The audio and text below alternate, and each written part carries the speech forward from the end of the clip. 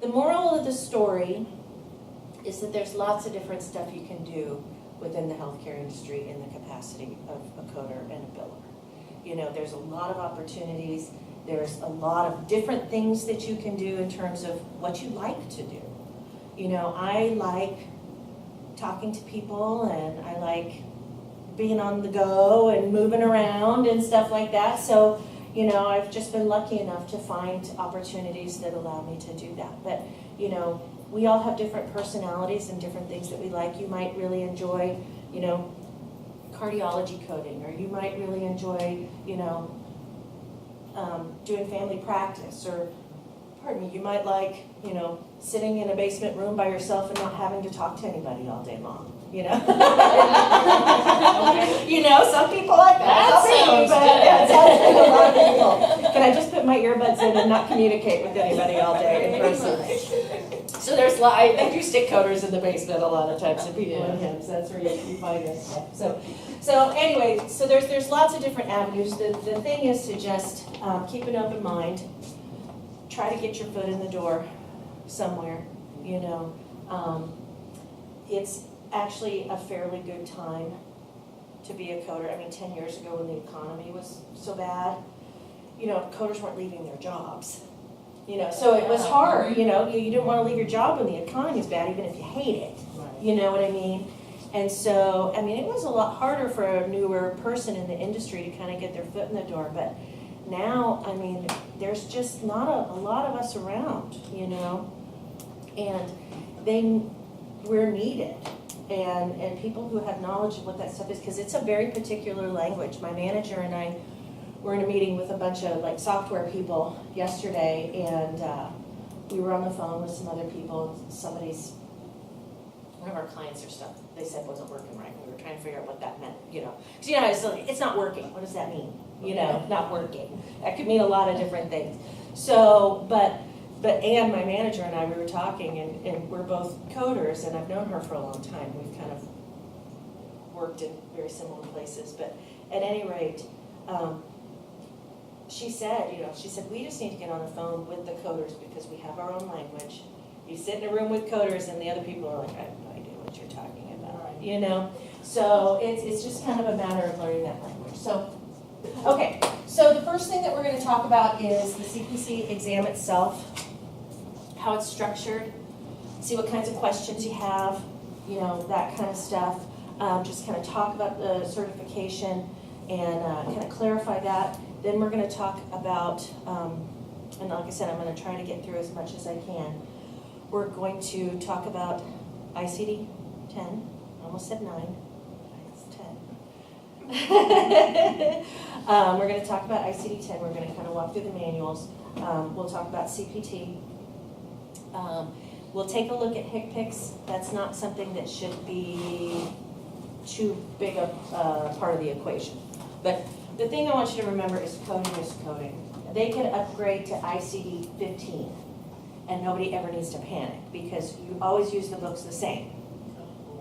You know, you just got to read the book. That's what you got to do. So I just kind of want to streamline that process for you so it's not quite as intimidating. The first time I picked up an ICD-9 book 19 years ago, I looked at it, I couldn't make heads or tails out of it, you know. And so it's just a matter of breaking it down into really simple steps, and it gets a lot easier. So the CPC is certified professional coder. That's what that means. You are certified through AAPC. AAPC used to stand for the American Academy of Professional Coders, but since it's become a little bit more globalized, now it just stands for AAPC. It doesn't really mean anything. I don't know. So when we talk about coding certifications, there's really two big dogs in the industry. We have AAPC and we have AHEMA, which you may have heard of as well. So the difference between the two is basically kind of inpatient, outpatient world, okay? And like I said, feel free to interrupt me if something I'm saying doesn't make any sense, okay? So we really kind of have two camps when it comes to billing and coding. We've got inpatient billing and coding. We've got outpatient billing and coding. They are very different from one another. So inpatient or facility billing is kind of its own animal. You still use ICD-10 codes, you still use CPT codes and HCPCS and things like that, but the whole structure is a little bit different. When we talk about outpatient coding, we're talking mostly like professional coding. So if you hear the term pro fee, we're talking about billing for the providers, okay? Outpatient is a lot of things. Outpatient, there's outpatient hospital.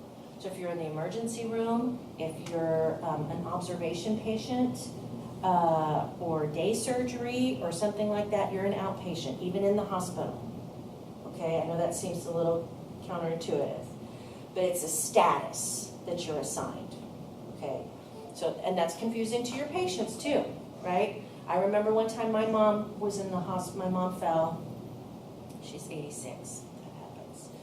So anyway, my dad called me and she's like, well, she's in the hospital, blah, blah, blah. He's like, I think she'll be out, tomorrow. And I was like, well, is she an inpatient? And he goes, yeah, she's a patient. And I was like, okay. Because she's on Medicare, and so I'm trying to figure out, they get billed differently, because of that status, and he had some questions. But like I said, it's confusing for patients as well. So we've got inpatient billing, that's more of the AHEMA side of things. So if you have, know anybody who's maybe an RHIT or an RHIA or a CCS or something like that, that's all on the AHEMA side, okay? So if you see ads for hospitals, like we want AHEMA certified coders, they want facility coders. That's not to say you couldn't become a facility coder, but typically that's just kind of that side of it.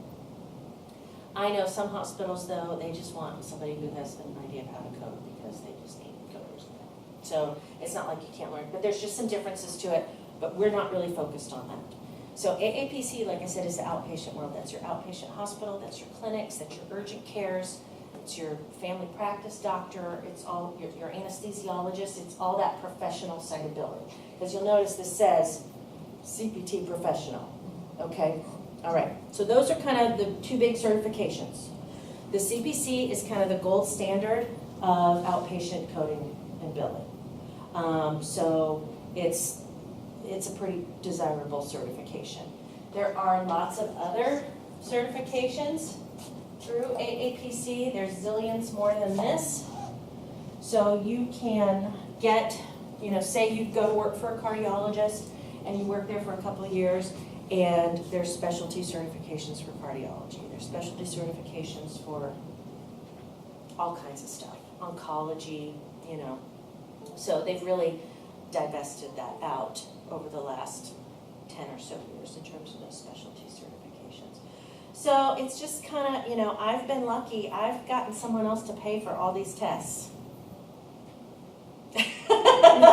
So, I haven't had to pay for one of them. So, it's my advice. I've got a daughter. She's almost 25, and she works for a real estate company in Portland as like an administrative assistant kind of thing. They're like, oh, they want me to take my brokerage test, and I don't know what to do. I'm like, you take any test your employer will tell you, we'll pay for it. I don't care if you never use it. I don't care if you don't ever, the last thing you want on the planet is to be a broker. Take that test if they're going to pay for you to take it. Right. Because the more stuff you have like that, more letters, more money. That's kind of my thinking. And, because here's what this means. It means I know enough about it that I passed a test. You know what? And I don't care if I passed it at 70%. You know what they call the person who got the lowest passing score in medical school? A doctor. That's right. So it doesn't matter. This shows that I know at least enough that I passed those 4 tests. It doesn't mean I know everything in the world about compliance, but I know a fair amount, and what I don't know, I go look up. And nobody knows everything about coding either.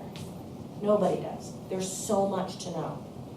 You guys just need to, know enough to just get started, really, you know?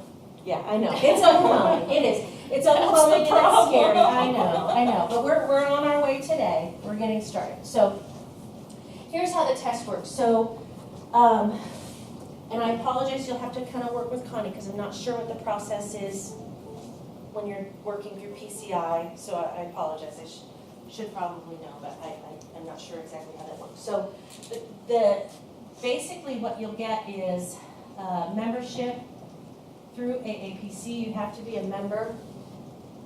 AAPC.com is where you can go and you kind of have your own profile and things like that. So you have to be a member. Your membership with AAPC has to be renewed every year. So right now, you can get a student price, which this is all through your tuition anyway, but you have a student price, but you'll have to renew it every year. It's currently $160 to renew every year, okay? My hope would be that you have an employer that pays for that renewal. Some employers are not going to, though. Just gonna be, it's up to them, you know, if they're gonna do that or not. If not, AAPC, you just communicate with them. They do have a payment plan of if it's like next April or whatever, and you're like, oh my God, I want $160. They'll do it in installments for you, okay? They're pretty good when you call them. Really, that's honestly, I follow AAPC on Facebook and stuff like that, and I see people ask a lot of questions. Really, in my experience, the easiest way to get those questions answered is to pick up the phone and call them, and they're pretty helpful. You can chat with them too through AAPC.com, and they're very responsive that way too. So really, if you just have questions, they'll answer it for you. Okay. So you're going to have to renew that membership every year. You are going to also need continuing education units, or CEUs, every 2 years. I believe it's 33 or 36 every 2 years, somewhere around there. I have to have more because I have more certifications. So it's around there. Those can be gotten pretty inexpensively or free if you're smart about it. So the best ways to do that, go to local chapter meetings. There's a chapter in Lawrence, there's a Kansas City chapter.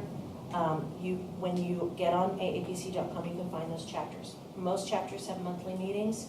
I think like the North Kansas City chapter maybe charges $5 a meeting, but you also get stuff for that. They usually have food and stuff. But you know, you can get like 2 CEUs for just going to a meeting.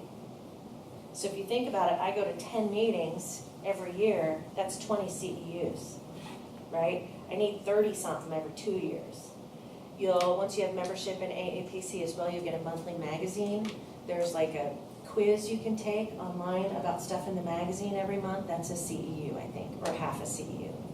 You know, there's low-cost meetings, there's seminars. The Topeka chapter, for example, is having a big day-long seminar on St. Patrick's Day, and those are usually like $70, but you usually get like 7 or 8 CEUs. So it's just being mindful. If you wait till the last minute, you're going to pay a lot of money to get those CEUs. Okay, so what you want to do is just always be cognizant of the fact that you need these. Be smart about it. When you go to a meeting, for example, you'll get a piece of paper that it's just like a little certificate, and it usually is the title of the meeting. It'll have the date, it's signed by that chapter officer, and it'll have a CEU number on it, okay? You can log on to AAPC.com, you can submit it that way, it'll track them for those 2 years, okay? Now, here's something important to remember. Keep that piece of paper, know where it is, and if I were you, because here's what I do, I also scan it so I have an electronic copy. So I have a paper copy and I have an electronic copy. I also have given AAPC the number. The reason you want to keep those is they do random audits of CEUs. And so they might say, Dorena, we want to see proof that you really did all those CEUs that you put in there. And you're going to have to email them those certificates. Okay? Which is why I just keep an electronic copy and I keep them in a folder. It's happened to me once. mean, it's not a big pain in the rear if you already have it in an electronic folder, you just go, there you go, and you're good.